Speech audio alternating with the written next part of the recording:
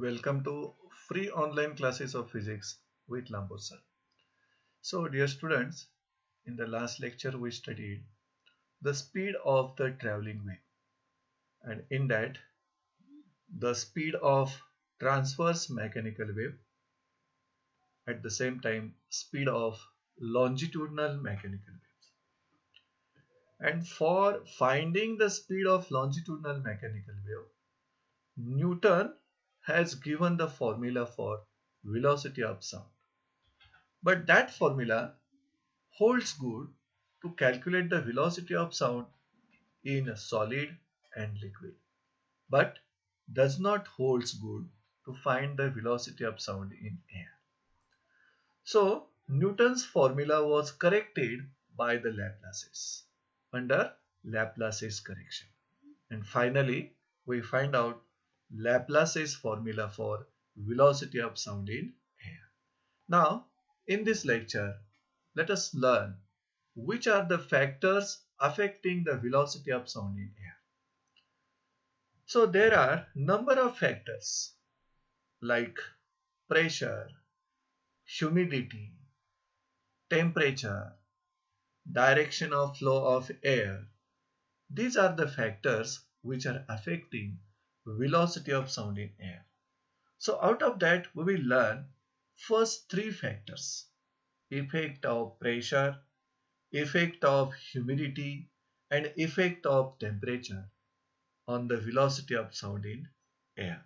So let us learn the first factor, which is the effect of pressure on the velocity of sound in air. So to study the effect of pressure, we will consider here temperature of air is kept constant.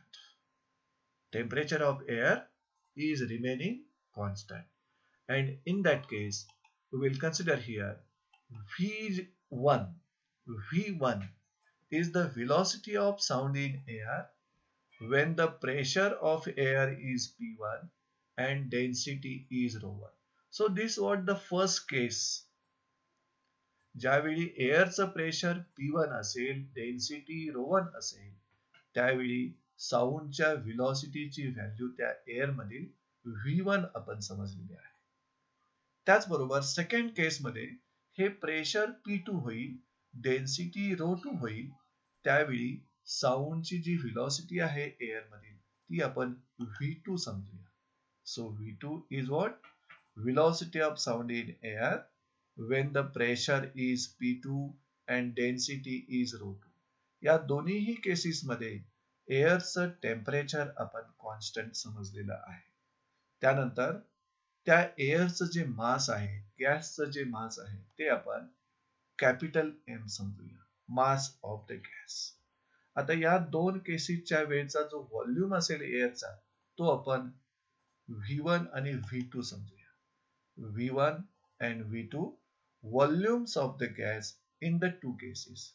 Two cases means ज्यावेळी त्या गॅसचं किंवा एअरचं pressure P1 असेल, density ρ1 असेल, त्यावेळचा volume V1, pressure P2, density ρ2 असेल, त्यावेळचा volume V2. आणि यानंतर या दोन केसेसमध्ये जी गॅसची डेन्सिटी आहे ती आपण या पद्धतीने लिहू शकतो.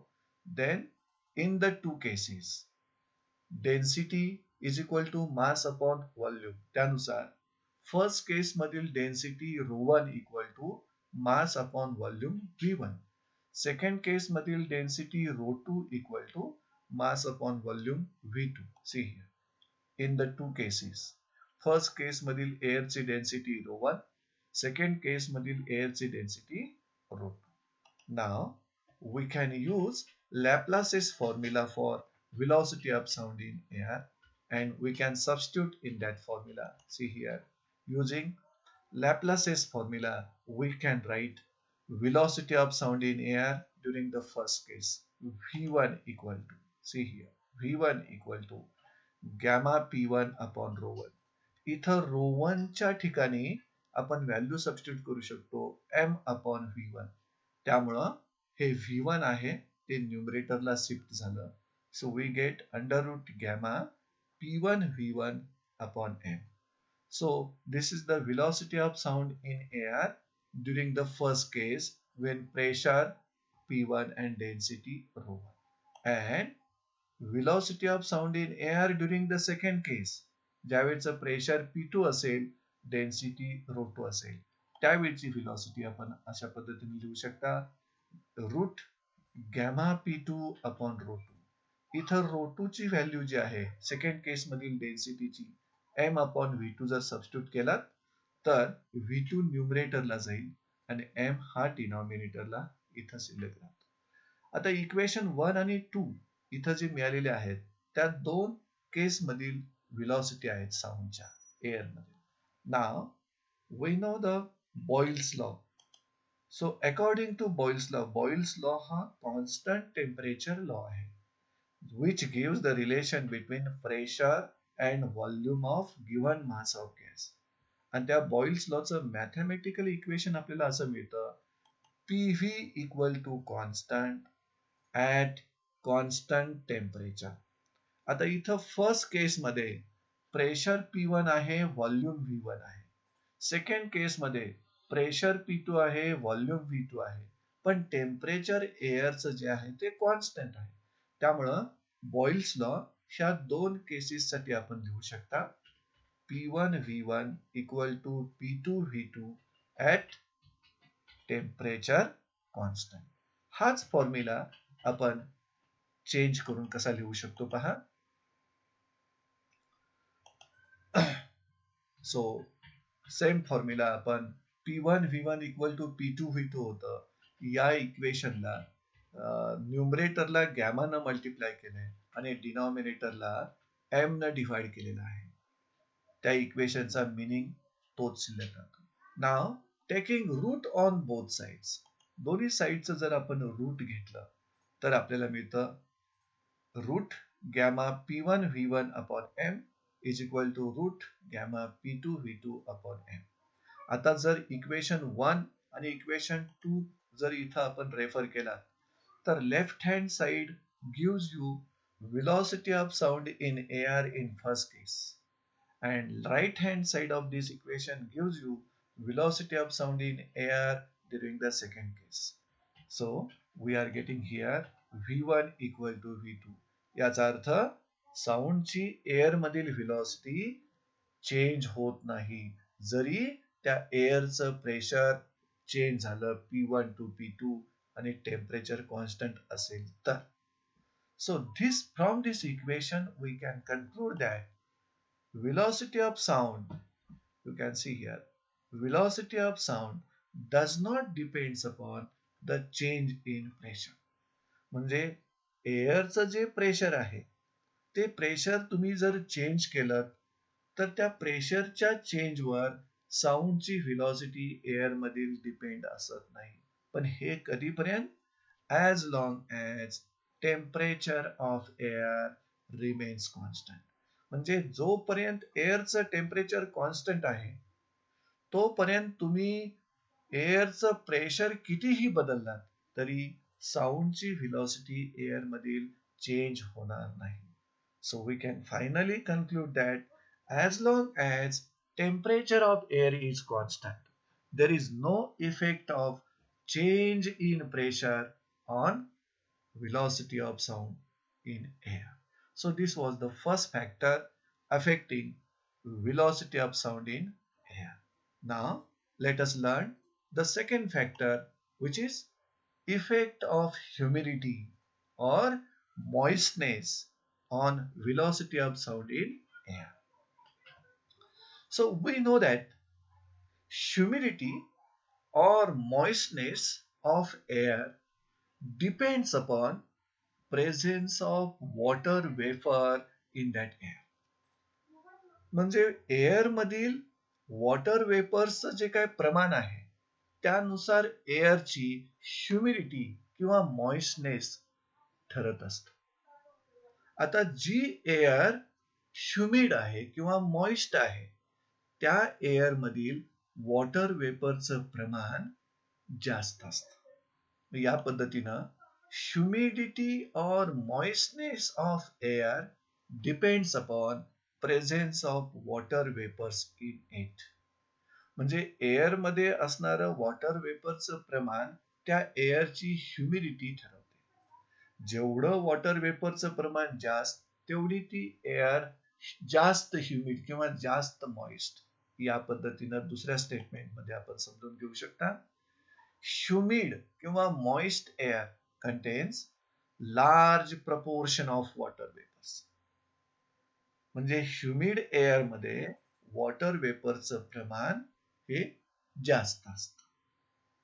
आता जर एक्झाम्पलच घ्यायचं असेल आपल्याला तर रेनी सीझन मधील एअर आणि समर सीझन मधील एअर ह्या दोन एअर मधील वॉटर वेपरचं प्रमाण जर आपण कम्पेअर केलं तर रेनी सीझन मधील एअर मध्ये वॉटर वेपरचं प्रमाण हे लार्ज असते आणि समर सीझन मधील एअर जे आहे त्या एअर मधील वॉटर वेपरचं प्रमाण एकदम नेग्लिजिबल असतं. त्यामुळं air in rainy season is humid air or moist air, and air in summer season is the dry air. So in this way, humidity of air depends upon presence of water vapors in it. Water वेपरचं प्रमाण जसं जसं वाढत जाईल air मधलं तशी तशी ती एअर मोर ह्युमिड किंवा मोर मॉइस्ट होत जाईल. मग ह्या मॉइस्टनेसचा किंवा ह्युमिडिटीचा साऊंडच्या व्हेलॉसिटीवर काय परिणाम होतो तो आपण इथं स्टडी करणार आहोत. सो ऍट एनटीपी आपण जी एअर घेणार आहे इथं मॉइस्ट एअर असेल किंवा ड्राय एअर असेल. समर सीझन मधील ड्राय एअर, रेनी सीझन मधील मॉइस्ट एअर, दोन्हीही एअर एकाच टेम्परेचरला आपण इथे विचारात घेतोय ते म्हणजे एनटीपी टेम्परेचर, 0 डिग्री सेल्सिअसचं टेम्परेचर. आणि या टेम्परेचरला मॉइस्ट एअरची डेन्सिटी किती आहे पहा, rho M. This is the density of moist air equal to 0.81 kg per metre cube. Density of moist air. आणि याच टेम्परेचरला ड्राय एअरची डेन्सिटी किती असते पहा, rho D equal to 1.293 kg per metre cube. Density of dry air.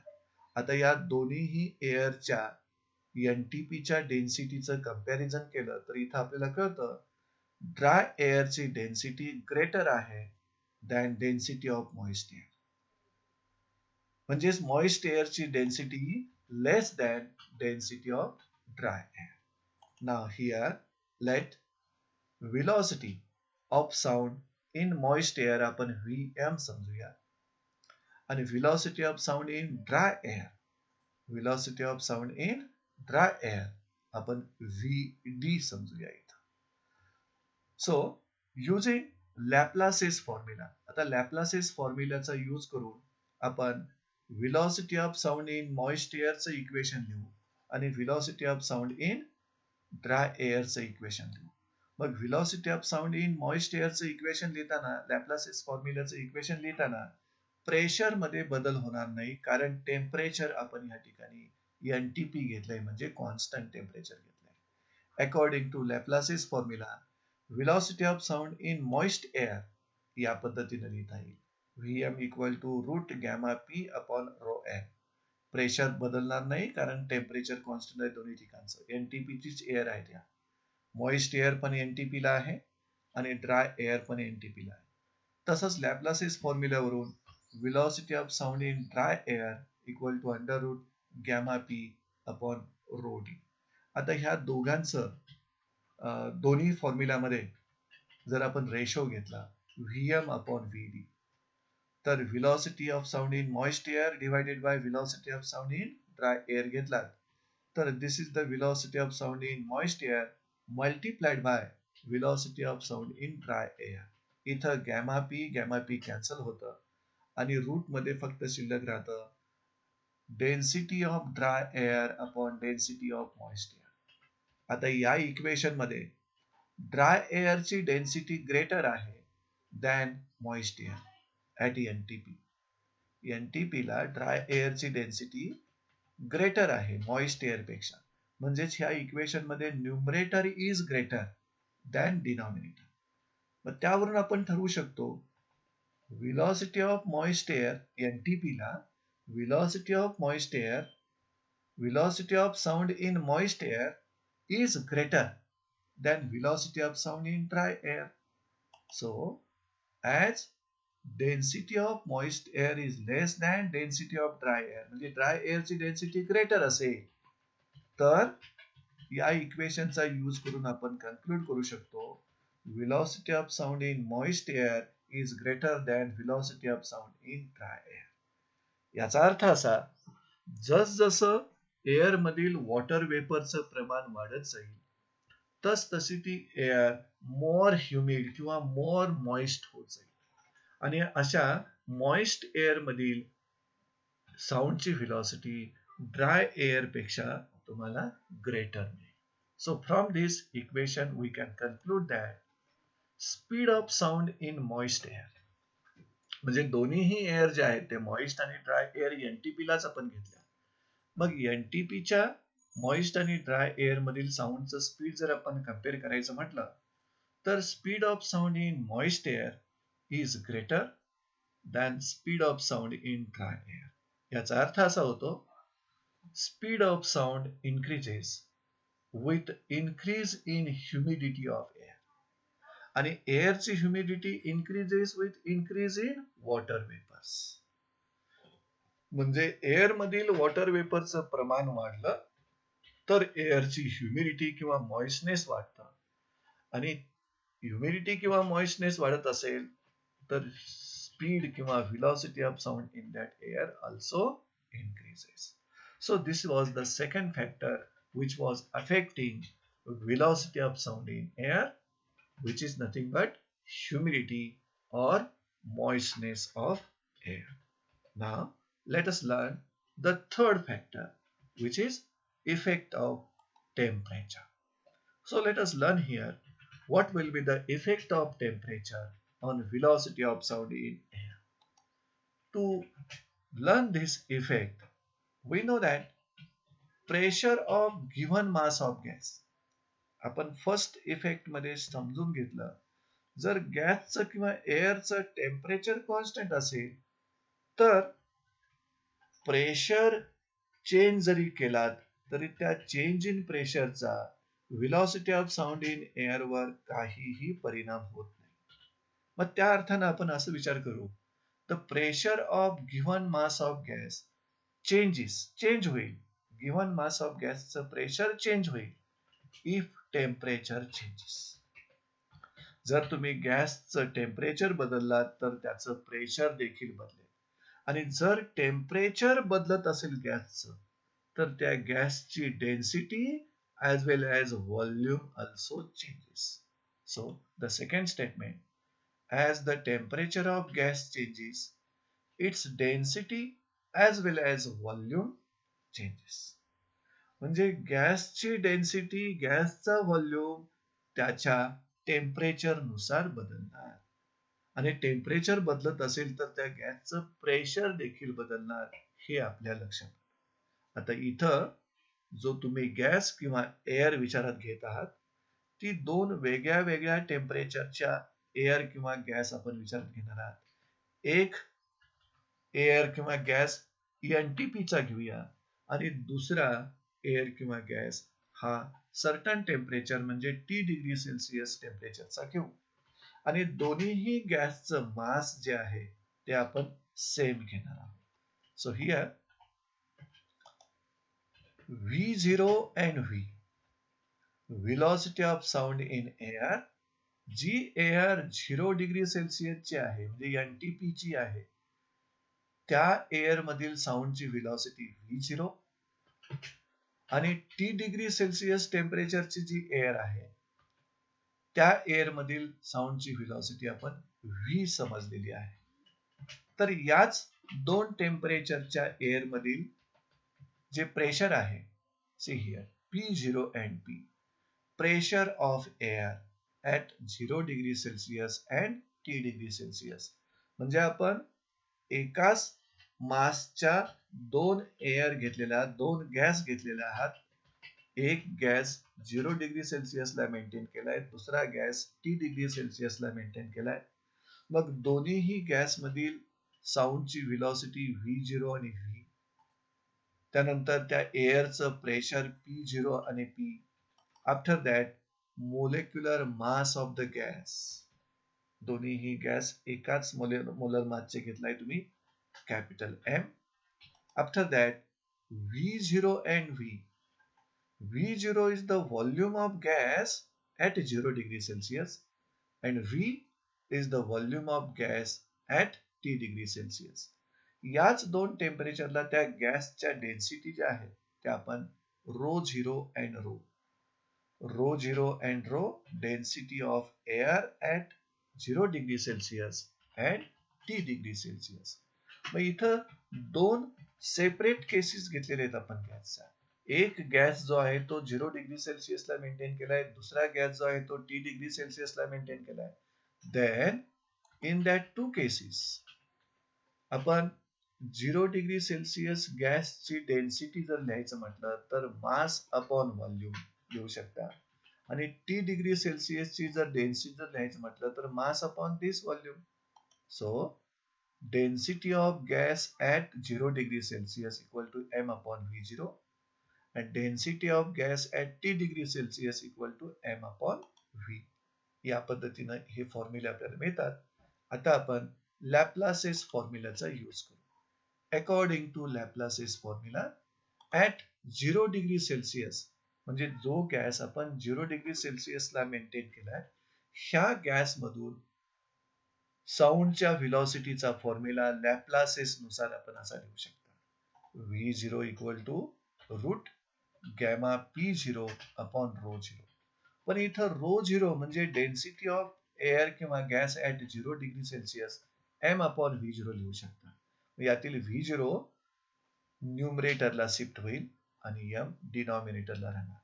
So this is the velocity of sound in air at 0 degree Celsius according to Laplace's formula. आता असाच Laplace's formula आपण T degree सेल्सिअसला पण लिहू शकतो. So velocity of sound in air at T degree Celsius according to Laplace's formula V equal to under root gamma P upon rho. इथं rho म्हणजे T degree सेल्सिअसची डेन्सिटी m अपॉन V म्हणून आपण इथं लिहू शकता. त्यातील V न्यूमरेटरला शिफ्ट होतो, m डिनॉमिनेटरला. So in this way equation 1 and 2 gives you velocity of sound in air at 0 degree Celsius and at T degree Celsius. आता इथं इक्वेशन 2 या इक्वेशनला 1 न डिवाइड करू आपण. Equation 2 divided by 1 gives by, म्हणजे V divided by V0 या पद्धतीने मिळेल तुम्हाला. V divided by V0. This is the value of V and this is the inverted value of V0. यातील M molecular mass gas cancel होतं. Gamma and gamma gets cancel. So remaining only root PV upon P0 into V0. So equation 3 आपल्याला काय मिळतं? V upon V0 equal to under root PV upon P0 V0. ह्या इक्वेशनचा use करून आपण पुढचं conclusion मिळवू शकता. नाव according to ideal gas equation, आपल्याला आयडियल गॅस इक्वेशन माहिती आहे. For n mole of gas it is PV equal to nRT. आणि जर 1 मोल ऑफ गॅस घेतला तर n नंबर ऑफ मोल्स 1 होईल. हे आयडियल गॅस इक्वेशन आपण दोन टेम्परेचरला लिहू शकता. ऍट 0 डिग्री सेल्सिअस हे आयडियल गॅस इक्वेशन आपण असं लिहू शकता. P0 V0 equal to RT0. R म्हणजे युनिव्हर्सल गॅस कॉन्स्टंट. आणि हेच ideal gas equation T degree सेल्सिअसला कसं लिहिता येईल? PV equal to RT. आपल्याला इक्वेशन 3 मध्ये V upon V0 equal to under root PV upon P0 V0 मिळाले. मग PV ऐवजी इक्वेशन 3 मध्ये RT सबस्टिट्यूट करू आणि P0 आणि V0 ऐवजी इक्वेशन 3 मध्ये RT0 सबस्टिट्यूट करू.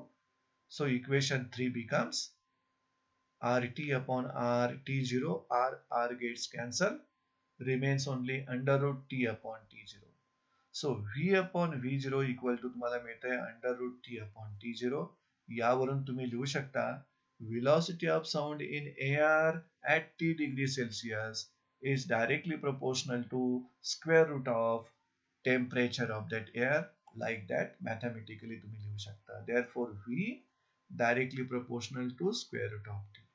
आणि in words मध्ये तुम्ही म्हणू शकता velocity of sound in air is directly proportional to square root of absolute temperature of air. आणि यावरून कन्क्लुजन जे आपल्याला सांगता येतं ते कन्क्लुजन आपण असं लिहू शकता.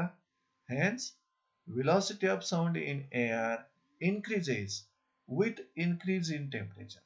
म्हणजे एअरचं टेम्परेचर जसं आपण इन्क्रीज करत जाऊ तसं साऊंडची जी व्हेलॉसिटी आहे एअर मधील ती देखील इन्क्रीज होईल. आणि ही साऊंडची व्हेलॉसिटी टेम्परेचर नुसार कशी चेंज होते ही एक्सपेरिमेंटली फाइंड आउट झालेली आहे. ती आपण एका स्टेटमेंटने लक्षात ठेवू शकता. For 1 degree rise in temperature, समजा एअरचं टेम्परेचर 1 डिग्री सेल्सिअस न जर वाढलं तर त्या एअर मधील साऊंडची व्हेलॉसिटी जी इन्क्रीज होणार आहे ती 0.61 मीटर पर सेकंड न इन्क्रीज होणार. म्हणजे एअरचं टेम्परेचर 1 डिग्री सेल्सिअस न वाढवलं तर त्या एअर मधील साऊंडची व्हेलॉसिटी 0.61 मीटर पर सेकंड न इन्क्रीज होणार. हे स्टेटमेंट एक्सपेरिमेंटली प्रूव्ड आहे. So in this way we studied 3 factors which are affecting velocity of sound in air. First one, effect of pressure. Second one, effect of humidity or moistness. And third factor is the effect of temperature. So let us learn the new phenomena of sound waves. Echo, reverberation and acoustics. So these are the 3 phenomena take place by the sound waves. म्हणजे sound वेव्हच्या बाबतीत या 3 phenomena आपल्याला होत असलेल्या आढळतील. यातील we'll start to learn about the echo. So dear students, we know somewhat about this phenomena echo.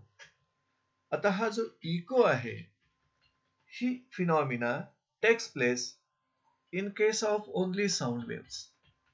Reverberation and acoustics also takes place in case of only sound waves.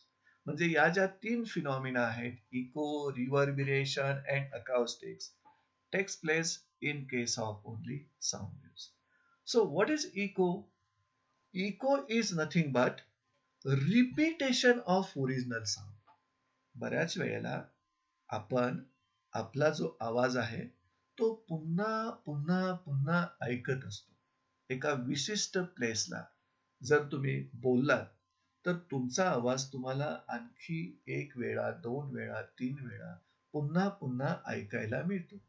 आणि या फिनॉमिनालाच आपण इको ऑफ साऊंड वेव्स असं म्हणू शकता. आणि तो पुन्हा पुन्हा ऐकायला साऊंड का मिळतो तर तुमच्यापासून काही डिस्टन्स वर जो काही एखादा सरफेस आहे, रिजिड बॉडी आहे, ऑब्स्टॅकल आहे, त्या सरफेस पासून त्या साऊंड वेव्स तुमच्यापासून निघालेल्या साऊंड वेव्स रिफ्लेक्ट होतात आणि रिफ्लेक्टेड साऊंड वेव्स पुन्हा तुमच्या जवळ पोहोचतात आणि पुन्हा तुमचं ओरिजिनल साऊंड तुम्ही ऐकता. तर या प्रकारच्या फिनॉमिनाला आपण इको असं म्हणायचं. So echo is what? Echo is nothing but repetition of original sound because of reflection of sound from some distant object. मग त्याची डेफिनेशन आपण अशी समजावून घेऊ शकता. An echo is the repetition of original sound. म्हणजे ओरिजिनल साऊंडची पुनरावृत्ती. Echo in Marathi it is called as a प्रतिध्वनी. प्रतिध्वनी. Repetition of original sound. हा ओरिजिनल साऊंडचं रिपीटेशन का होईल? Because of reflection of sound from some rigid surface at a distance from the source of sound. म्हणजे source of sound पासून एका certain डिस्टन्सवर एक रिजिड सरफेस विचार करा आणि ह्या रिजिड सरफेस पासून त्या साऊंड वेव्हचं रिफ्लेक्शन झालं तर आपण ओरिजिनल साऊंडचं रिपीटेशन ऐकू शकतो. यालाच फिनॉमिना ऑफ इको असं आपण म्हणू शकता. आता या ठिकाणी एका क्वेश्चनचा आन्सर आपल्याला शोधायचा आहे. क्वेश्चन कसा आहे पहा. We cannot hear an echo at every place. Give the reason. म्हणजे प्रत्येक ठिकाणी आपल्याला इको ऐकता येणार नाही. एका ठराविक ठिकाणीच इको ऐकायला आपल्याला मिळतं. याचं कारण काय असेल? We cannot hear an echo at every place. याचं रिझन आपल्याला शोधून काढायचं आहे. पहिल्यांदा आपण ठरवूया साऊंडचा जो इको आहे तो इको कोणत्या फॅक्टर्सवर डिपेंड आहे. So eco of sound depends upon the two factors. त्यातला पहिला factor temperature of surrounding medium आणि दुसरा factor distance between source of sound and a reflecting surface. So, echo of sound waves depends upon two factors. त्यातला पहिला factor temperature of the surrounding medium आणि दुसरा factor distance between source of sound and reflecting surface. कारण eco produce व्हायचा असेल तर तुम्हाला साऊंडचा source लागेल आणि तिथून काही डिस्टन्सवर रिफ्लेक्टिंग सरफेस लागेल. त्याचबरोबर ह्या दोघांच्या दरम्यान असणारं जे काही सराउंडिंग आहे, मीडियम आहे, त्याच्या टेम्परेचरचा देखील विचार करावा लागेल. आपल्याला सर्वांना माहिती आहे velocity of sound in air at NTP किती व्हॅल्यू आहे बरं? तर एनटीपी ला साऊंडच्या व्हेलॉसिटीची व्हॅल्यू आहे 332 मीटर पर सेकंड. मग जर तुम्ही ते टेम्परेचर एनटीपी ऐवजी 0 डिग्री सेल्सिअस ऐवजी 22 डिग्री सेल्सिअस केलं तर त्या एअर मधील व्हेलॉसिटी देखील साऊंडची इन्क्रीज झालेली तुम्हाला दिसेल. So at 22 degree Celsius speed of sound in air तुम्हाला 344 मीटर पर सेकंड इतकं झालेलं मिळेल. म्हणजे 0 डिग्री सेल्सिअसला ते 332 मीटर पर सेकंड असतं. आणि जर त्या एअरचं टेम्परेचर 22 डिग्री सेल्सिअस घेतला तर त्या एअर मधील साऊंडची व्हेलॉसिटी, साऊंडचं स्पीड जे आहे that will be equal to 344 metre per second. आता अशा प्रकारची एअर सराउंडिंग मीडियम मध्ये आहे असं आपण समजूया. ज्या एअरचं टेम्परेचर आहे 22 डिग्री सेल्सिअस आणि त्या एअर मधील साऊंडचं स्पीड आहे, व्हेलॉसिटी आहे ती 344 मीटर पर सेकंड. ओके. आता आपल्याला आपल्या ब्रेनची जी काही विशिष्ट प्रॉपर्टी आहे ती कोणती पहा. Our brain retain sound for 0.1 second. आपण जो कोणता आवाज ऐकू तो ऐकलेला आवाज आपल्या ब्रेन मध्ये 0.1 सेकंड इतक्या टाइम पर्यंत असतो. म्हणजे आपला ब्रेन न जो काय आवाज ऐकेल तो आवाज आपल्या ब्रेन मध्येच 0.1 सेकंड पर्यंत असतो. आणि या 0.1 सेकंड मध्ये दुसरा जर आपण आवाज ऐकला तर पहिला ऐकलेला आवाज आणि दुसरा ऐकलेला आवाज यांच्यामध्ये आपण डिस्टिंग्विश करू शकत नाही. म्हणजे दोन्हीही आवाज सेपरेट ऐकू शकत नाही. म्हणजे आपल्या ब्रेन मध्ये कन्फ्युजन होतं, गोंधळ होतं. म्हणजे तुम्हाला दोन वेगवेगळे आवाज डिस्टिंक्टली ऐकायचे असतील तर पहिला ऐकलेला आवाज नंतर दुसरा आवाज हा 0.1 सेकंड नंतर ऐकायला पाहिजे. दोन आवाजामधील टाइम जो आहे तो 0.1 सेकंड पेक्षा जास्त असावा. So this was the fact related to brain. ब्रेननं 0.1 सेकंडच्या आत यापेक्षा कमी वेळेत जर दोन आवाज ऐकले, दोन किंवा कितीही आवाज ऐकले तर आपला ब्रेन त्या आवाजामध्ये वेगळेपणा करू शकत नाही. So our brain retain sound for 0.1 second. त्यामुळं for us to hear a distinct echo म्हणजे तुम्हाला रिफ्लेक्टेड साऊंड ऐकायचा आहे आणि ओरिजिनल साऊंड तुम्ही सुरुवातीला ऐकताच. तर तो ऐकायचा असेल तर thus for us to hear a distinct echo the sound should take time more than 0.1 second after starting from the source to get reflected and come back to us. याचं meaning समजावून सांगतो तुम्हाला. आपला ब्रेन पहिल्यांदा जो आवाज ऐकेल तो आवाज आपल्या ब्रेन मध्ये 0.1 सेकंड पर्यंत असतो. मग समजा आपण या ठिकाणी साऊंड प्रोड्यूस केला तर त्या साऊंड प्रोड्यूस केलेल्याच्या वेव्स समोरच्या ऑब्स्टॅकल पर्यंत किंवा सर्टन सबस्टन्स पर्यंत जातील आणि तिथून पुन्हा रिफ्लेक्ट होऊन आपल्यापर्यंत पोहोचणार आहे. त्यावेळी तुम्ही दुसरा आवाज ऐकणार आहे रिफ्लेक्टेड वेव्स. हा जो सेकंड टाइम तुम्ही साऊंड ऐकणार आहात त्यावेळी जो लागलेला टाइम आहे तो टाइम जर 0.1 सेकंड पेक्षा कमी असेल तर तुम्ही इको डिस्टिंक्टली ऐकू शकणार नाही. मग डिस्टिंक्टली कधी ऐकणार? जर तो साऊंड तुमच्यापासून गेला रिफ्लेक्ट होऊन परत तुमच्यापर्यंत आला यासाठी लागलेला टाइम 0.1 सेकंड पेक्षा जास्त असेल तर तुम्ही इको डिस्टिंक्टली ऐकू शकता. तेच ह्या सेंटेन्स मध्ये दिलंय. आपला ब्रेन जो आहे तो साऊंड 0.1 सेकंड पर्यंत रिटेन करतो.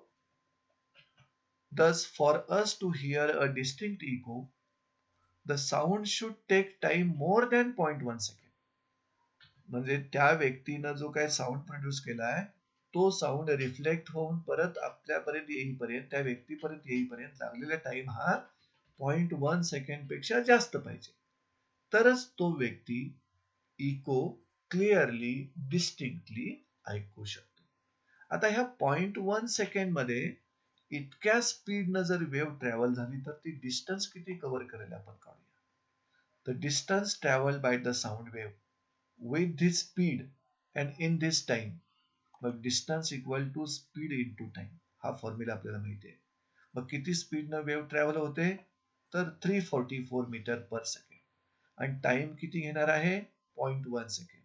मग त्यावेळी त्या साऊंडच्या वेव्हने ट्रॅव्हल केलेलं जे डिस्टन्स आहे ते तुम्हाला मिळतं 34.4 metre. So this is the distance travelled by the sound in 0.1 second through the air ज्या एअरचं टेम्परेचर आहे 22 डिग्री सेल्सिअस. आता हे जे डिस्टन्स ट्रॅव्हल झालं ते साऊंडच्या सोर्स पासून रिफ्लेक्टिंग सरफेस पर्यंत जायचं आणि रिफ्लेक्टिंग सरफेस पासून पुन्हा साऊंडच्या सोर्स पर्यंत यायचं. म्हणजे